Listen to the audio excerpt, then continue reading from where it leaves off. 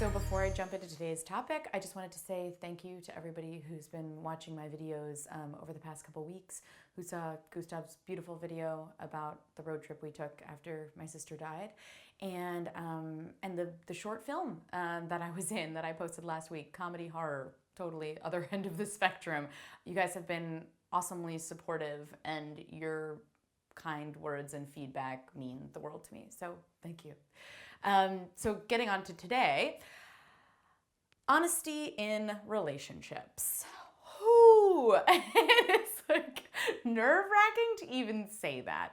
This is something that I think the vast majority of us, if not all of us, struggle with. I mean, if you're gonna sit there right now and say, well, I've always been honest with my partner about everything, you are lying. And I'm not condemning you for it. We've all been there. You know, we hear honesty is the best policy from the time that we are very small. And it's true, but God, it's not always easy, right?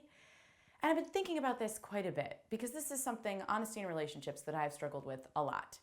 And I think that the root of why personally I've struggled with it is because it's been really hard for me to be honest with myself about what I want, much less being honest with another person about that.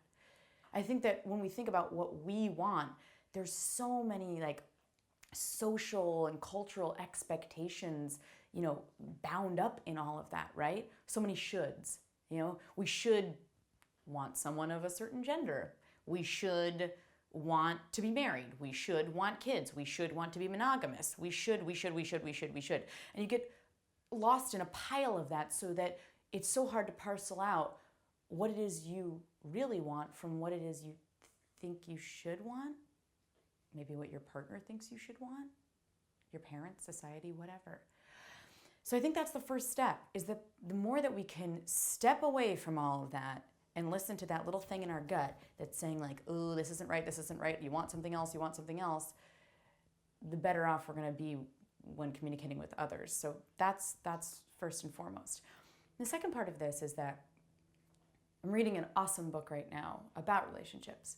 And one of the chapters that stuck with me so intensely is that asking for what you want often comes with a lot more yeses than you would think. Asking this of your partner.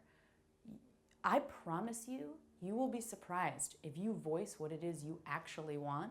You know, whether it's the structure of your relationship, whether it's who's gonna do chores, whether it's something in bed, whether it's whatever it is, you'd be surprised how many times someone will come around and compromise with you on it and say, yes, I can do that. We can explore that. It's really refreshing, and God, it feels like a weight lifted. But carrying around that like, oh, I'm afraid they're gonna leave me if I express this, or, you know, then what's the point? If we can't express ourselves in a way that's natural to us with our partners, then what's the point of being in the relationship in the first place? You know?